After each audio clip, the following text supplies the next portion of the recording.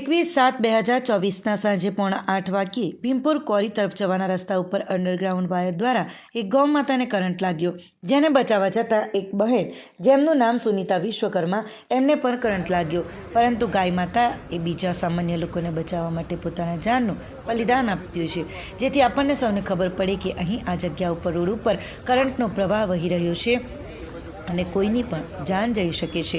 થોડા દિવસ અગાઉ પણ દિલીપનગર વિસ્તારમાં એક ગૌ માતાએ બલિદાન આપ્યું હતું। વારંવાર આવી ઘટનાઓ કેમ બનતી રહે છે? આના જવાબદારો કોણ છે?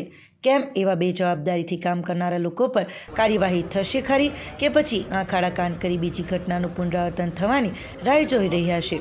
દમણ ગૌરક્ષા મંચ આશા રાખે છે કે વહેલામાં વહેલી તકે આ કરંટ બંધ કરીને એને રિપેર કરીને અન્ય લોકો માટે આ જાહેર રસ્તો ખુલ્લો મૂકવામાં આવે, તેમજ જે જવાબદાર વ્યક્તિ દ્વારા આવી ગંભીર ગુનાહિત ભૂલ થઈ છે એ વ્યક્તિ અથવા વ્યક્તિઓના સમૂહ ઉપર કાયદેસરના પગલાં ભરવા જોઈએ, જેથી આપણને સૌને ખબર પડે કે અહીં આ જગ્યા ઉપર રોડ ઉપર કરંટનો પ્રવાહ વહી રહ્યો છે અને કોઈની પણ જાન જઈ શકે છે।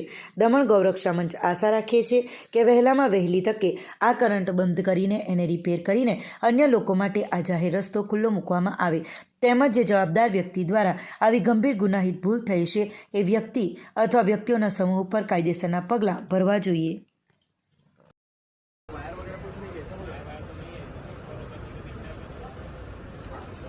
वहाँ पे दिल्ली को आपको किस्सा मालूम है वहाँ पे कैसे हुआ?